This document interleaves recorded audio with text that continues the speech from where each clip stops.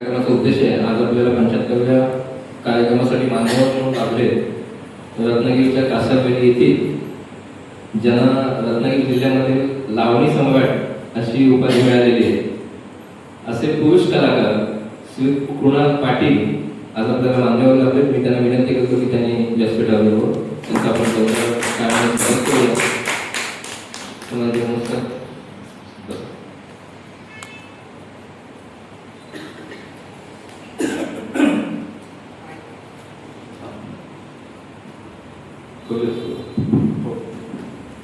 तुमचं सर्वप्रथम गोळकट्टा या कार्यक्रमामध्ये आपलं स्वागत.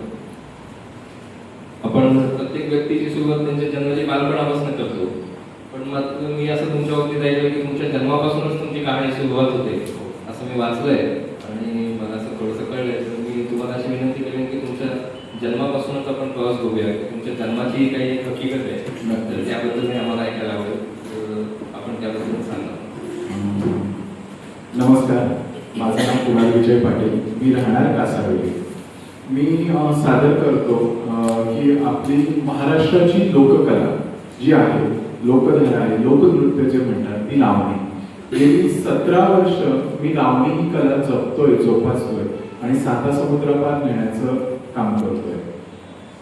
माझं जे बॅकग्राऊंड आहे किंवा माझं जे बालपण वगैरे आहे ते मी सांगतो तुम्हाला.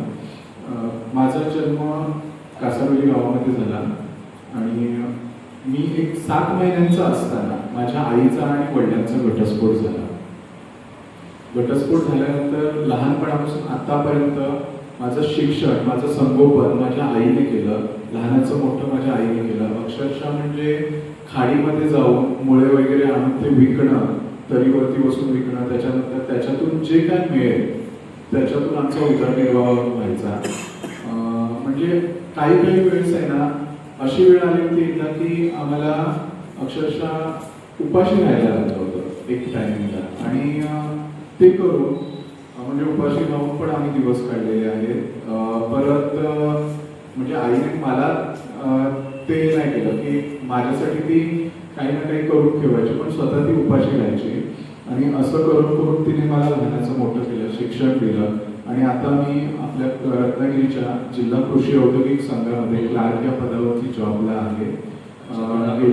आपण जन्मापासून एक पुढे आपण टप्प्याटप्प्याने येऊया. आपण तुमच्या बालपणाकडे तुमचं बालपण कसं? माझं बालपण खूप मस्त गेलं कारण एक मी थोडासा कोळकरच आहे आणि म्हणजे मला डान्सची आवड लहानपणापासूनच होती. मी 5 वर्षाचा असल्यापासून डान्स करत होतो. पहिले आपले सलमान खान, शाहरुख खानचे असे आणि लावणीचं कुळ हे 12वी मध्ये जेव्हा 12वी मध्ये होतो त्याच्यानंतर ते लावणीचं कुळ डोक्यात गेलं आणि मग मी लावणी सादर करायला लागलो. पहिली लावणी करायची म्हणजे कसं झालं, एक मी 6वीला असताना एक मुलीचा डान्स केला होता मुंगा मुंगा गाण्यावरती. आमच्या गावची पूजा होती आणि त्या पूजेमध्ये म्हणजे माझी एक दिदी होती आमच्या गावामध्ये, सुकन्या दिदी म्हणून, आणि तिने असा डान्सचा क्लास केला होता आणि मी तिच्याकडे डान्स बसवायला गेलो. गाणं होतं, शाहरुख खानचं गाणं होतं आणि ती मला शिकवत होती, मी नाचत होतो. तिने माझ्यात काय बघितलं कोणाच ठाऊक, तर ती मला काय बोलली, कुणाला हा नको डान्स आपण करूया. आणि तिने तो मुंगा मुंगा गाणं घेतलं आणि मला सांगितलं हे बसवूया. म्हटलं असं काय गं, हे तर मुलीचं गाणं आहे. वाटतं तुझी कंबर चांगली असते, आमच्यापेक्षा पण भारी असते. म्हणजे तिने ते थोडंसं माझ्यात फिरलं होतं आणि म्हटलं ठीक आहे. तिने बसवलं. आता म्हटलं हिला ड्रिपरी वगैरे काय लागणार आहे, काय घालायचं आहे, तर ती म्हणते नऊवारी साडी लागणार आहे. आणि म्हटलं मी तर मुलगा आहे, केसांचं वगैरे कसं करायचं, तर ती बोलली करूया आपण काहीतरी. आणि मग माझ्या आईला येऊन सांगितलं असं असं करायचं आहे म्हणून. तर आई पण हसली, बाबा ठीक आहे. म्हणजे तेव्हा मी लहान होतो ना की लोकांचं कसं चालते, हां चालतंय, एक टाइमपास म्हणून हा करणार आहे. आणि तेव्हा मग माझ्या आईने मला साडी दिली. तर ती अजूनही येत नाही. म्हणजे तिला ते थोडंसं, ती काय म्हणते सगळी मोठी लोक असतील. आजच्या कार्यक्रमाला पण मी तिला बोललेलो की मी स्वातीला नाही पण तुला घेऊन जातोय. तर ती बोलली नाही, एवढ्या मोठ्या लोकांमध्ये मी नाही येऊ शकत. तर म्हटलं का, तर म्हणजे नाही की मी नाही जाऊ शकत, मी घरातूनच तुला आशीर्वाद देते, शुभेच्छा देते. जेव्हा गावात कार्यक्रम असतील तेव्हा नक्की मी तुझा कार्यक्रम बघायला पुढे बसलेली असते. पण जिथे तुझे मोठे कार्यक्रम होतात तिथे मी नाही येऊ शकत कारण तिथे सगळी मोठी लोक असतात. म्हटलं असं काही नसतं. सगळी आपल्यासारखीच लोक असतात, पण ते तुझ्या डोक्यात थोडंसं आहे की एवढ्या मोठ्या लोकांबरोबर मी कशी काय हे करणार असं.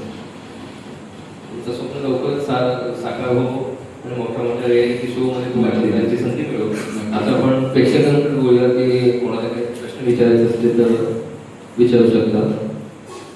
आता तुमच्या रक्तात लावणी भिनलेली आहे. सुरुवातीला जर सवाल जवाब वगैरे असं काही असतं, असं आम्ही बघितलेलं आहे लावणीमध्ये, तर तुम्ही स्त्री वेशात आहात, तुम्हाला असं एक उत्तर द्यायचं मी आत्ता घरून आले, तर चुकून असं कधी स्लिप ऑफ टंग झाली का मी घरून आत्ताच येतो? जेव्हा मी त्या गेटअपमध्ये असतो ना आणि बोलायचं असतं, माझ्या हातात माईक होतं, कारण माईक हातात आला की थोडीशी भीती पण वाटते, कारण ते माझं काम आहे. मी स्टेजवरती पब्लिकला ठेवून ठेवू शकतो बिंदास, पण माईक हातात आला आणि जेव्हा आमचे निवेदक वगैरे माझ्याकडे माझं मनोगत व्यक्त करायला देतात, तर एक दोन वेळा असं झालं होतं की बाबा मी बोलले होते आला होता तोंडात, पण तो जीभ चावली आणि सावरलं. पण मग एक दोन असे जाणकार व्यक्ती होते ना, ते बोलले की का तू जीभ चावलीस, त्यांनी मला हेरलं होतं ते, बरोबर आहे ना, तू त्या गेटअप मध्ये आहेस, तुला तेच करायचं आहे.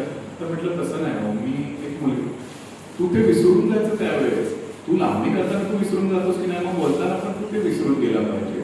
मग आणि एक अजून एक गोष्ट मी सांगेन प्रामुख्याने की एका ठिकाणी रत्नागिरी महोत्सवला एक स्पर्धा ठेवली होती की एंटरटेनमेंट केली कुछ भी करायचा, आणि त्या ह्याच्यात मी लावणी केली होती. आणि तिथे परीक्षक होते एका शाळेचे शिक्षक, आणि त्यांनी मला बघितलं आणि त्यांनी एकच वाक्य मला सांगितलं की कुणाल, तू लावणी छान करतोस, पण तू जगताना एक असं ठेव, लावणीतला कुणाल हा लावणीमध्ये दिसला पाहिजे आणि रेग्युलरचा कुणाल हा रेग्युलर, म्हणजे जगताना तो कुणाल दिसला पाहिजे, तर तू तरशील. आणि मी ते वाक्य अजूनही डोक्यात भिनवून ठेवलं की मला लावणी तयारी झाल्यानंतर तो लावणीतला कुणालच आला पाहिजे, दुसरा तिथला ऑफिसमधला कुणाल किंवा घरातला कुणाल तिथे आला नाही पाहिजे, तर पब्लिक एक्सेप्ट करेल. आणि जेव्हा मी तो शृंगार उतरल्यानंतर त्यामध्ये आपल्या घरातला कुणाल आणि ऑफिसमधला कुणाल तिथे दिसला पाहिजे. आता पण तुम्हाला जाणवत असेल की काही लोकांच्या मनात असं पडलं असेल की हा आणि लावणी करणार.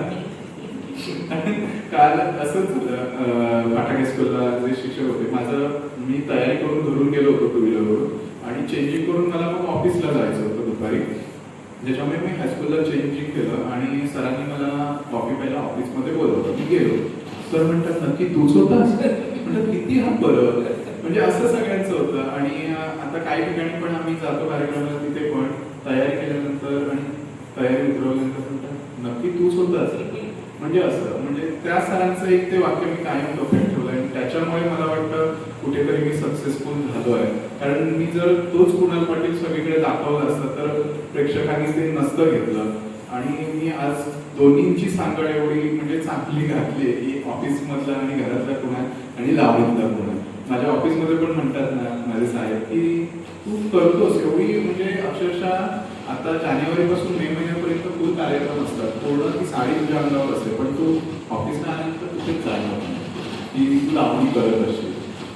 काही शेतकरी पण असे येतात ना, तिथून त्यांच्या गावातून माझे कार्यक्रम झालेले असतात, बघितलं तर ते एक आपण म्हणतो ना की बाबा चुकलो किंवा काय, तर ते नाव घेताना काय चुकलं किंवा काय झालं किंवा एक आदर म्हणून ते त्याच्यासाठी असं करायचं ते मी करतो. कारण खरंच एवढ्या मोठ्या मोठ्या लावणी संपादनी आहेत, त्यांना बघून मी हे शिकतोय आणि शिकलोय, तर त्यांच्यासाठी त्यांना एक आदरपूर्वक वंदन म्हणून ते मी करतो. आणि मी ऑब्झर्व केलं की शब्द आला की जात होता असा, हो, जी एक आदराची भावना जी आहे ती तुम्हाला पुढे घेऊन जाणार. आणि मी ह्या कार्यक्रमातून एवढे कलाकार आहेत, त्या कलाकारांना एकच सांगेन, तुम्ही कोणतीही कला सादर करत असाल ना, कायम आपले पाय जमिनीवर ठेवा, कधीही हवेत जाऊ नका. कारण जेव्हा आपण तयार होतो ना, तेव्हा त्या ह्याच्यामध्ये सेलिब्रिटी फील्डमध्ये जा, तुम्ही रंगमंचावरती कार्यक्रम सादर करा, पण रंगमंचावरतून खाली उतरल्यानंतर सर्वसामान्य माणूस म्हणूनच जगा, तरच आज आपले प्रेक्षक किंवा आपले चाहते खूप होतील. कारण हे मी माझं उदाहरण सांगतो, कारण मी जिथे जातो ना तिथे एकच मला कॉम्प्लिमेंट मिळते की तुझा स्वभाव किती चांगला आहे. मी तसं नाहीये, घरामध्ये थोडासा रागिष्ट आहे, पण हा म्हणजे मी ते पण क्लिअर करतो, थोडासा रागिष्ट आहे आणि माझ्या ग्रुपच्या मुलांच्या बाबतीत पण थोडासा स्ट्रिक आहे. पण त्या मुलांना पण मी एक सांगतो की जेव्हा तुम्ही तयारी करा तेव्हा रंगमंचात गेल्यावरती एक तुम्ही कलाकार आहात, पण पण पायऱ्या उतरल्यानंतर सर्वसामान्य माणूस म्हणूनच जगा, तर लोक आपल्याला डोक्यावरती घेतील. तुम्हाला तुमच्या पुढील आयुष्यासाठी सगळ्यात ज्या ज्या मनातल्या इच्छा आहेत त्याच्यासाठी शुभेच्छा देतो तुम्हाला. थँक्यू. आपला एक छोटासा सत्कार करूया आपण. मी इथे आनंद बापट तिथे आलेले आहेत. मी त्यांना विनंती करतो की त्यांनी आपला सत्कार करावा. बरं, अजून कोणाला काही विचारायचं असेल तर विचारू शकता, कारण मला बोलायला खूप आवडतं, कारण असं बोलणं होत नाही कुठे, आणि जेव्हा प्रश्न विचारतो तेव्हा ते त्या नक्की नक्कीच नाही. तुमच्या तितका सभ्यपणा आणि तुमची शुद्ध भाषा हे ऐकून मी तेवढं प्रभावित थँक्यू. खरं, कारण तुमच्या भाषेतूनच इतकी विनम्रता याच्यात दिसते ना. बरोबर. तुम्ही अजून ग्रेट होणार तेवढं मला नक्की नक्की. काय नाही, तुमच्या सर्वांचे आशीर्वाद आणि तुम्ही पाठीमागे आहात. सगळ्यात मुख्य काय की जी नम्रता आणि ते तुम्ही म्हणतात हा. तळमळ असणं हा. ना, तेच तुम्हाला मोठं करेल. बरोबर, कारण ते एक संस्कार माझ्या आईने मला शिकवले की कुठेतरी आपण आहे ना आपल्या परिस्थितीला हे करूनच वागावं आणि सगळ्यांशी नम्रपणे वागावं. आणि आता माझ्या म्हणजे ऑफिसमध्ये पण माझा स्वभाव तसाच असतो, त्याच्यामुळे सगळे म्हणजे खूप छान. कधी आता एवढी वर्ष मी कार्यक्रम करतो ना, कधी माझ्या ऑफिसमधून मला लवकर जायचंय, 4 वाजता जायचं, 3 वाजता, कधी नाही म्हटलेलं नाही, बिंदास जा. कारण त्यांना माहिती ह्याचं काम पण तेवढंच पूर्ण असतं. कधी सुट्टी लागली, आपण सुट्टी हवी असेल अर्ज दिला, कधी नाही म्हणतच नाही. तेवढा एक सपोर्ट त्यांचा छान आहे मला, त्याच्यामुळे मला ते जमतं कार्यक्रम.